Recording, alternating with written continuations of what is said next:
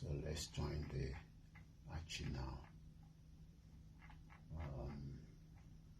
Okay, let's start with Tinubu with the background. Adjust my camera.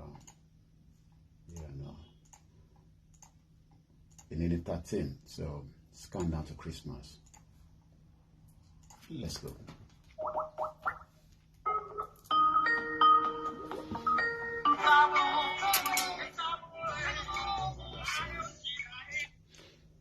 I don't want the sound coming into my broadcast. So I've paused it a little bit until I can see Archie's face coming back. Okay, I think Archie is coming now in. I've got Mr. Laimi Koiki, who was joining this morning. We're going to be bringing you everything that you need to know. And it's making the rounds from Nigeria this morning. So wherever you are, don't you go away. Like it's a Wednesday edition of the morning show, and we are already pressed. We time the front position. We'll just kick on and keep the program going on. But let me say, just bear with me. Let me get him on there. Yes. Good. And let me say, Yummy, good morning. A very good morning to you back in the studio, Mr. Archie. Good morning, Frank. Good morning to all our listeners and viewers from around the world. And welcome once again to the finest African and Caribbean radio station in London. I say good morning and let's kickstart because we're really pressed with time when it comes to Wednesday. Yes. How are you doing? How is the family? Well, like you always ask, the family doing very well. We're grateful. And I just hope as many families across Africa are doing very well with the little or no resources that the country have yet. They are still making sure that every household can at least have, a better life, even though we know things are not as rosy as many people see it from. It's quite an interesting one. But before we go on to the updates from Nigeria, let me ask you this question because it's been bothering me. I think when I was doing my submission earlier, when I did touch on that, let me say good morning once again to Lapule. Lots of love to you as well. Now, we look at the fossil fuel, we look at COP28 that they've gone and everything. We look at the way this part of the world is developed. Let's take the UK where we live. And the way they've developed, they were using all sorts, what were they even using? Apart from fossil fuel, coal. They were using all stuff. Yeah, coal. And they've used all those things to better their lives, and we see all the development and advancement. Now they tell you that, you know what? Now you guys, we all need to stop using this because we think that the temperature of the world is rising up. And we have people who are in Nigeria this morning who have not had a cup of tea to drink. You're not sure whether by the close of the day they will have anything to eat. They are dying because of poverty. Okay? Now, how do you see that? How do you marry that what they are saying to what our people are seeing or the reality on the ground? Yummy. Well, it just remind me, the business show that took place in London about 3 weeks ago precisely. And right there was also another event that was, going through, which was the climate energy. So that means that, people that wants to give us, better, fossil fuels and energy, electric cars and all sorts. You're quite right.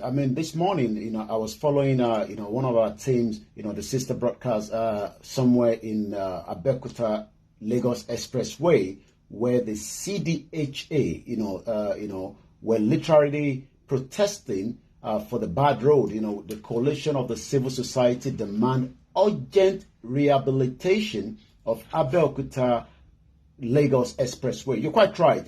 And this also reminds us, how during the slave trade, during the colonialism, how, the British were able to extract as many of the coal from Enugu State, which, end up to UK, where it eventually become the revolution industrialization. They've now make so much out of it. We are not the one polluting the air. When we talk about the true major pollution in the world today is America and China, and they are not even funding it. They are not paying. I've literally followed the climate, summit that I believe, there's been a bit of extension. Many Nigerians and many Africans would disagree with the world today that we need to develop first before you can start telling us how and what we're going to use to make that development to the lives of our people that are suffering, even though we have what it takes. I'm telling you, we have what it takes. Osun State, as an example, has so much resources, and I'm going to link that now to one of our headlines, which Dele Alake says, and I quote, "Powerful Nigerians involved in illegal mining and terrorism." Who are the powerful Nigerians? It's not myself. It's not the basic man that is selling, tomatoes. It's not the one that is trying to struggle. But what we've seen is that Osun State, as an example, has vast amount of gold, but we still end up going to Dubai, where almost $155 million was, the exchange between Nigeria in sending the gold to United Arab Emirates. The next one was Switzerland, which almost 12 million. The question then is, why have we not been able to industrialize the resources of the gold mining and allow people to travel down to Osun State rather than every one of us trying to go to Dubai, not just for holiday? Many of our mothers have turned it to the business venture to go there and buy the gold and bring it back home and then sell it off. Meanwhile, we are the ones where they are mining most of this gold from. And that is what Yomi is saying. So you ask yourself, our leaders, have they actually failed? That do we need to just get rid of all of them? Let's get rid of them. Maybe the youth, we can do something better. What do you think? Let us hear from you. Listen to STARR Radio UK. It's Surveyor in our Love London studios. I'm actually here in the South studios, and we're bringing you updates from Nigeria. Well, on this shot behind you, you can see the president, and I think Keredolo. Is it him? No, that's actually Akpabio. The Senate rubber stamp is the rubber stamp Senate president. He had his birthday with private jet, flew to Akwa Ibom, and that was on Saturday. You could see the how these individuals care less in the midst of poverty. Right. When it's time for them to go to the polls, our people will go and vote for them. These same people, they'll sit on our necks and break our necks and we'll vote for them. But let's come to this this first story pertaining to Akeredolo's who has now began medical leave. So what happened? What made him now decide, look, you know what, I want to stay out of my state, but I will receive this and then now let the deputy take over. You know what I mean? It just shows the kind of politicians that we have, and many Nigerians are scared. I mean, we are outside the country, and we have the right, to say the way it is without, mixing words. These are selfish individuals. Akeredolu is as selfish to himself and selfish to those that brought him in as members of the political party where people voted him. He returned back after 3 months. Many of his citizens, cannot even have access to travel to the nearest hospital, which are very expensive. And I'll give an example. One of our team on the ground yesterday, I was quickly informed by another team that says that, there's something not right, with this young boy. And I reached out to him straight away, and he said, well, I've been feeling uncomfortable, but I've been using the the local herbs. Well, and I said to him straight away, that is not what you should be using. You should have told us so that we can tell you to go to the hospital.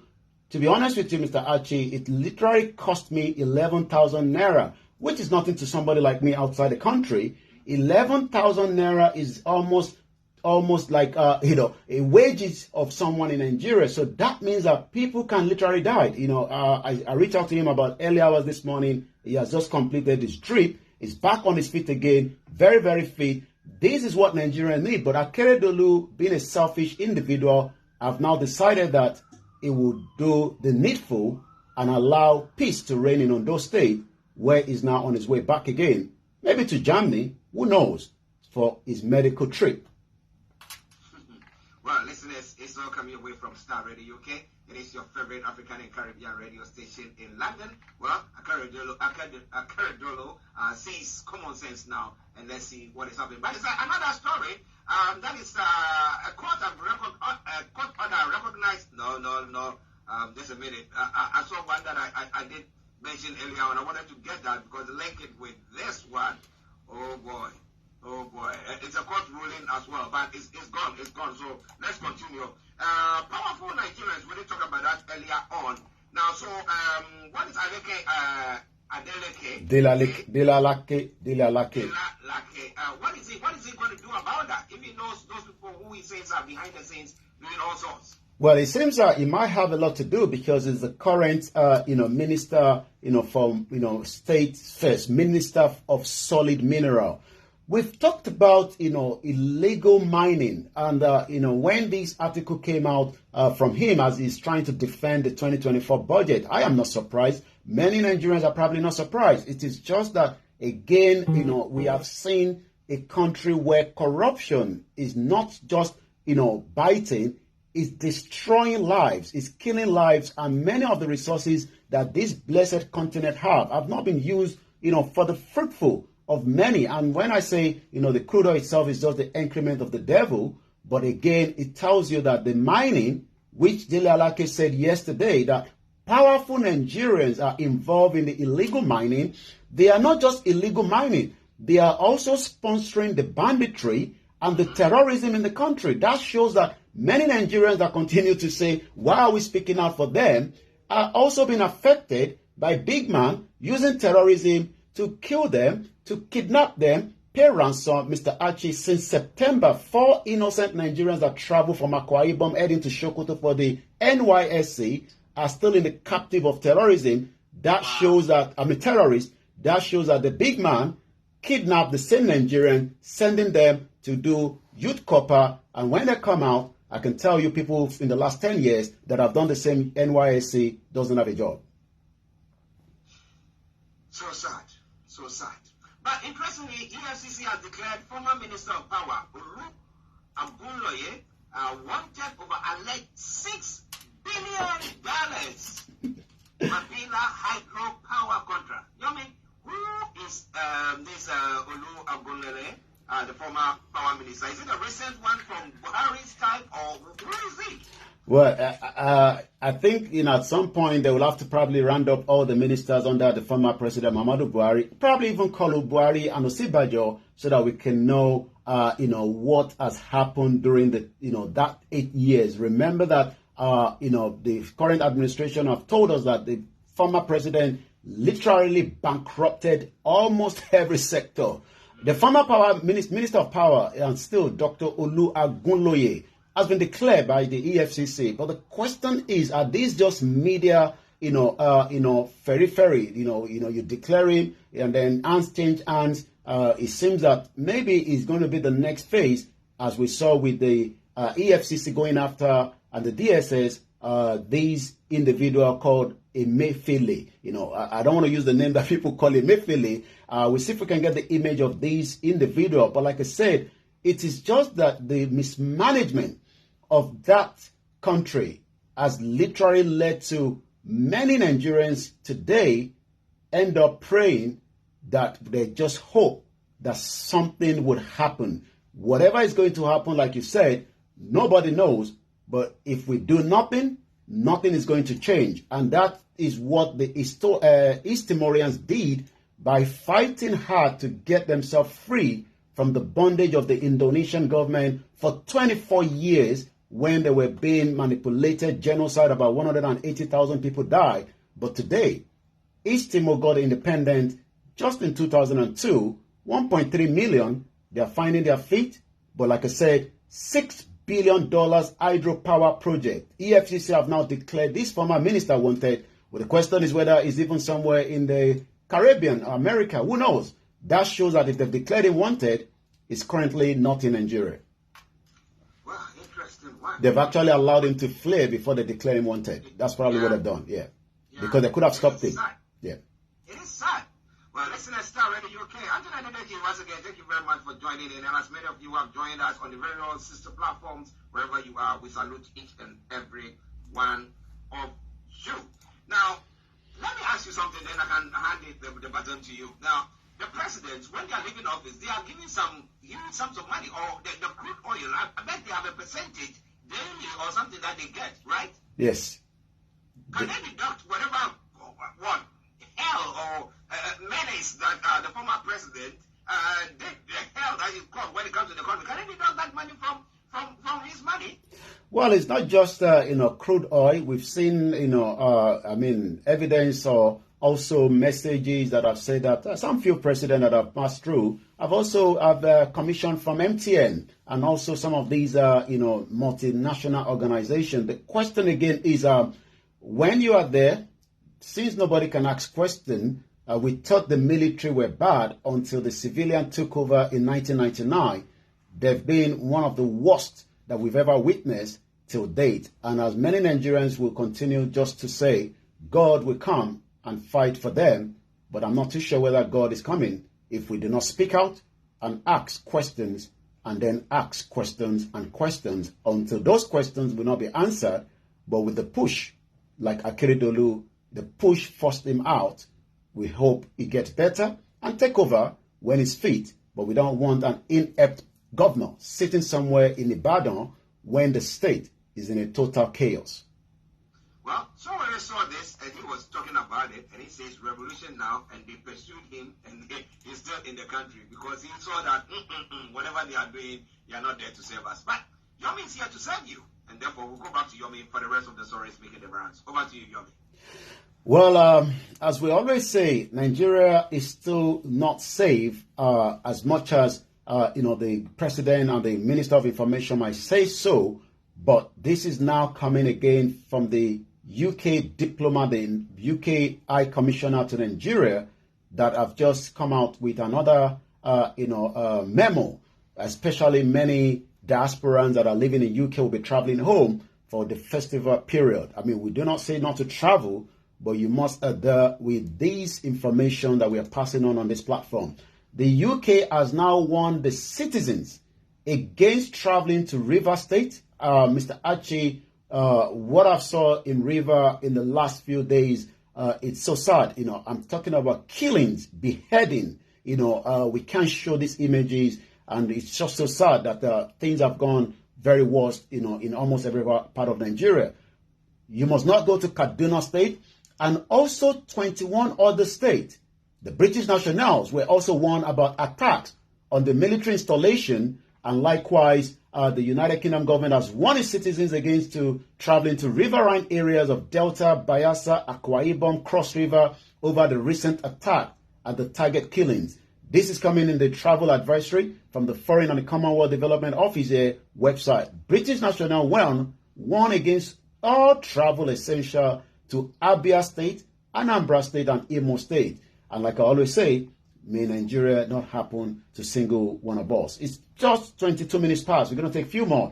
Abuja is capital of Nigeria, but it's fast turning into slum, like Lagos. Surveyor-general Abdulganiu Adebomehi, the Surveyor-general of the Federation, says Abuja, the Federal Capital Territory, is fast turning into a slum, and you can literally just link that to Lagos State. Well, the question is Lagos a slum? Well, I'm sure we leave that for our listeners to put that in the comment section, but many people think that Lagos is fast becoming unable to cope, with the total numbers of people that are trooping in when the resources is becoming very difficult. So they have literally used Lagos as their earmark, and we will leave it like that. Abdulganiu says that the Federal Capital Territory is fast turning into a slum. Not too sure how Governor Sanwo-Olu will be taking this and reacting to that. He stated these at a meeting of the stakeholders that was organized of the Representative Committee on Urban Development and Regional Planning in Abuja. Lagos also has its regional planning, but it seems as whatever happened, we saw demolition of houses. Whoever was behind, giving out some of these planning that shouldn't have happened, turned to be why many are saying that is a target of the Igbos in Lagos State. Abuja is fast turning into slum, and you need to talk to those in charge. We are losing it so fast in Lagos. Abuja should not be allowed to toe that path. Like I said, Lagos has been described as a city of extremes. On one end is Eko Atlantic, is a multi-billion-dollar luxury island, probably not for the masses, but for the rich and the wealth. Even the American embassy will be built around that area. It's going to be one of the biggest in Africa from what we are told. But the question again is, as trashes, rocks and sands in Osumbe sit on the compact trash, Mr. Adeboyin told the Nigerian lawmaker, if care is not taken, that the ugly trend of Abuja will end up like Lagos, and this must be addressed. Like I said, I'm sure the Lagos state governor will probably be reacting to this. Gombe Assembly passes Governor Yaya 208 billion 2024 budget. When we get all this budget being presented, the question is, how far will this budget for many innocent Nigerians from each state? Every one of them is presenting their budget, but again, the crisis in Rivers State means that they are actually demolishing the House of Assembly building complex. Not too sure whether it's a deliberate act or maybe there's a structural deficit that needs to be, adjust. But you can tell that, the wastage in the country. But since Rivers State is also one of the states in Nigeria that has so much wealth, taking down one and building one probably maybe something we should ask question. Not a very good one coming now. The OAU final year student dies in a road accident on the campus. The question then is, how did this happen? The deceased was a student of agriculture economics in the Faculty of Agriculture at Obafemi Awolowo University, Ile-Ife, Osun State. Have confirmed the death of a final year student, Chizo Inwako, in a road accident within the campus. The deceased was a student of agricultural economics at the Faculty of Agriculture. The institution's spokesperson, Abiodun Olanrewaju, told journalists yesterday. Mr. Olanrewaju said the deceased was involved in an accident on the campus and unfortunately died. He added that the miss is a colossal loss to the department of the faculty. He appealed to motorists and motorcyclists to be conscious of the traffic law and reduce speeding within and outside the campus. If such a very drastic accident happened, it just reminds me of how Tolulope Arotile, the first Nigerian Air Force combat pilot, was killed as friends, according to what we are told, reversed into her just to say hello. She eventually died.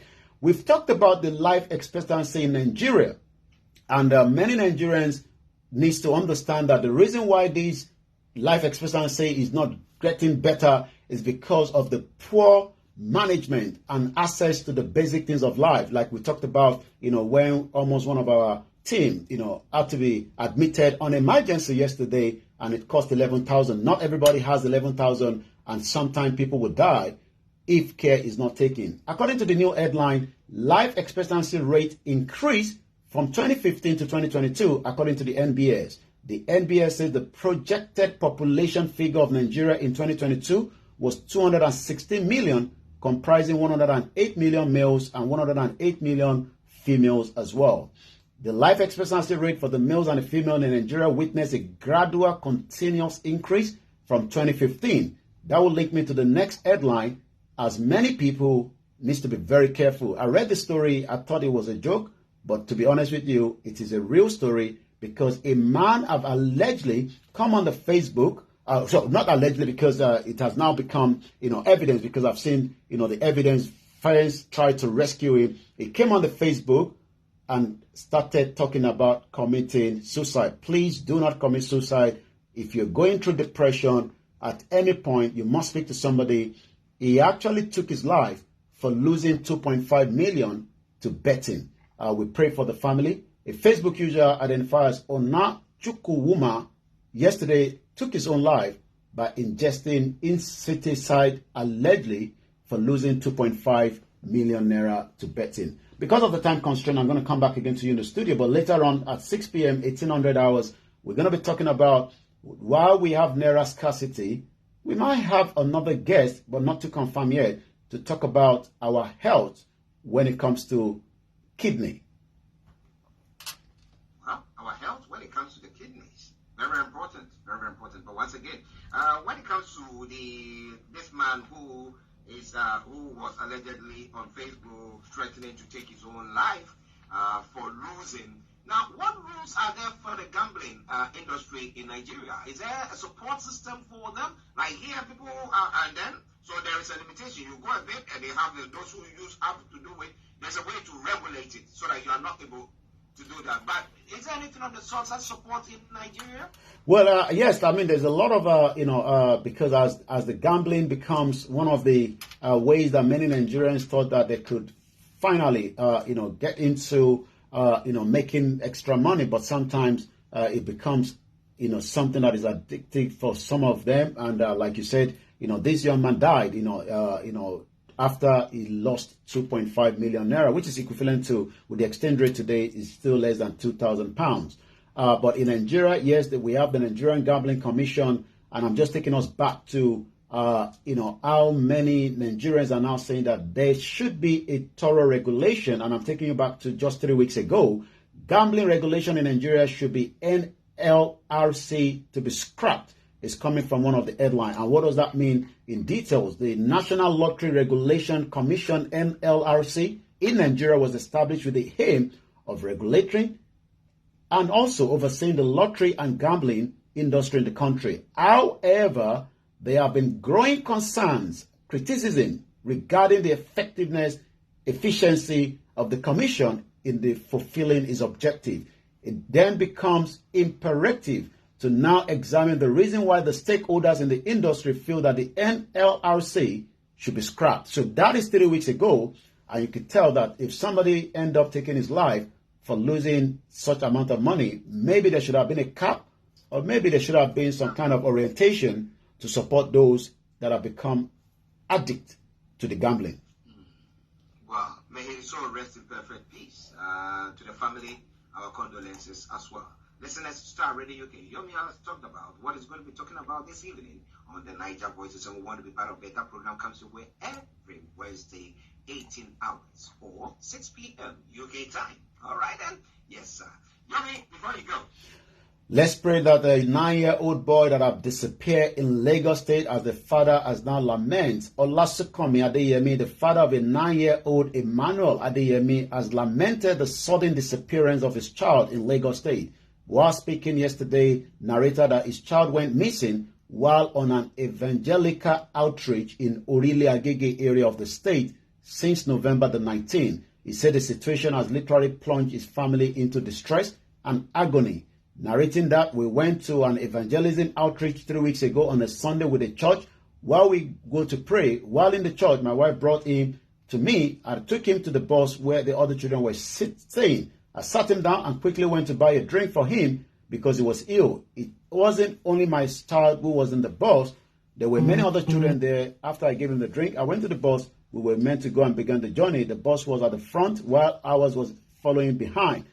But again, another child I've lost in Lagos, and we hope the family will be able to find these through the government. But I'm sure if that has been since the 19th of November, your guess is as good as mine. Oh my, that is a serious one, because again, you should have checked whether the boy was on that bus that was in front of them or ahead of them. And again, because if the child wasn't feeling well, what if he came down to say we're going to use the toilet or something, and then the bus departed without him? Well, like I said, it just shows so many mismanagement and lack of, things that have happened in a country that can't take care of itself, talk less of taking care of those young, innocent children.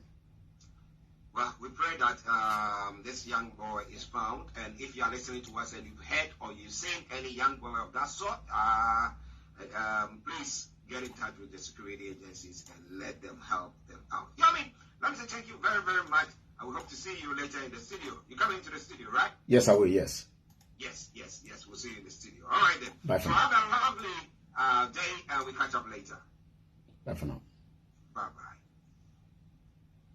Well, listeners, that has been Mr. Laimi Koike bringing you updates from Nigeria. We're going to be bringing you more from that front. So wherever you are, don't touch the dial. Let's enjoy this music. It is from Nigeria. It's 12 days of Christmas in Nigeria. I've got 12 days of Christmas. Shito country. Moki Baba Boye, Silver Badmos, Mr. Luatoyi, Shegoni, thanks so much. Egbomi Richard Alabi, Mokini, Bubu Lagos Island, Innovate, thank you so much. Triple DRS. I need to start heading out right now because I'm traveling on the bus. I love the bus, so I need to leave enough time. Biafra flag is raised in Imo State. God bless Biafra. Nigeria is a business between the British and some few elite. There's no doubt about it. We know that. And they don't want Nigeria to break anyway. So we got to put the last oxygen. We must put the last oxygen in Nigeria. Sahid, Ms. Gold, Mrs. Taiwo Kike. Hey, my grandma, Yamidada, Yawa Comfort, Ologunja. Thank you so much. 9 years old. Unfortunately, I believe, is dead in Lagos State. You know, it's a sad story. I pray that nobody will lose a son. Let me put this before I go. On Sunday, we had our beautiful mother that joined us, the Sosoliso plane crash. I'm sure many of you remember. Many Nigerians are going through a lot, and Nigerians have affected millions of people quietly. I want to be more than you. I received a call yesterday from another mother that lives in UK, but I'm not going to give too much location. She reached out to me. She said, I was listening to your broadcast from Sunday with our mother that lost her son that will have been 32 years old next year. Brilliant son. But as we all say, may Nigeria not happen to you. He died, during the Sosoliso plane crash in 2005.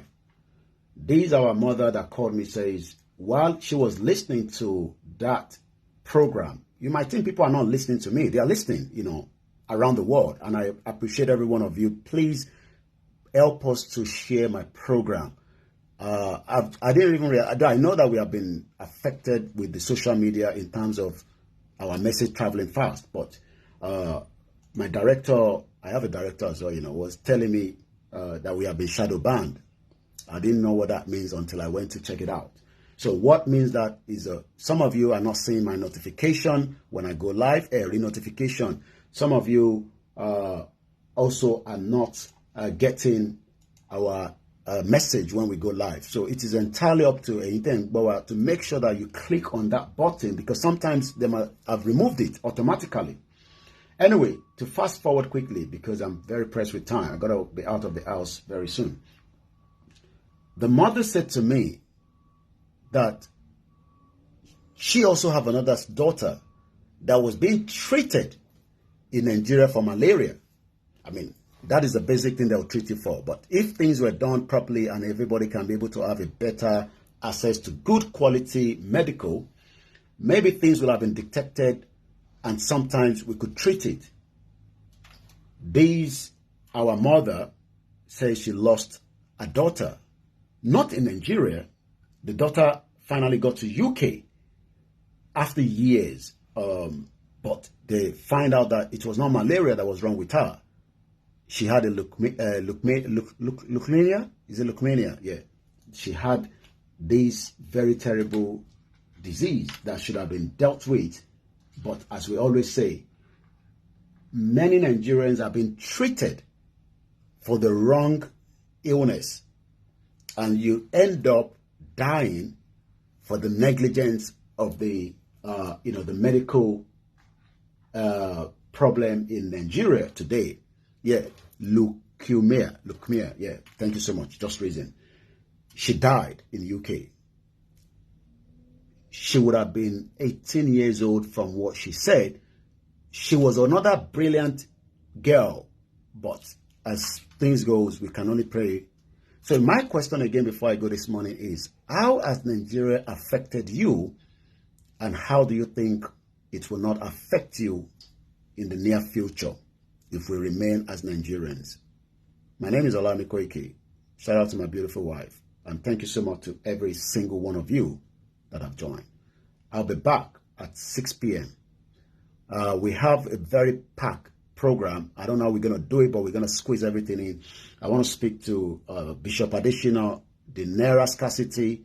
There might be another mother of ours that wants to come and talk about health. I want to link up with Yoruba Nation security for the Southwest, So we're speaking to somebody that has a bit of understanding, of the region. And also there's a university here in UK that I want to speak to as well. So it's going to be a very packed program, and that's why I want to make sure I get to the studio ahead of time.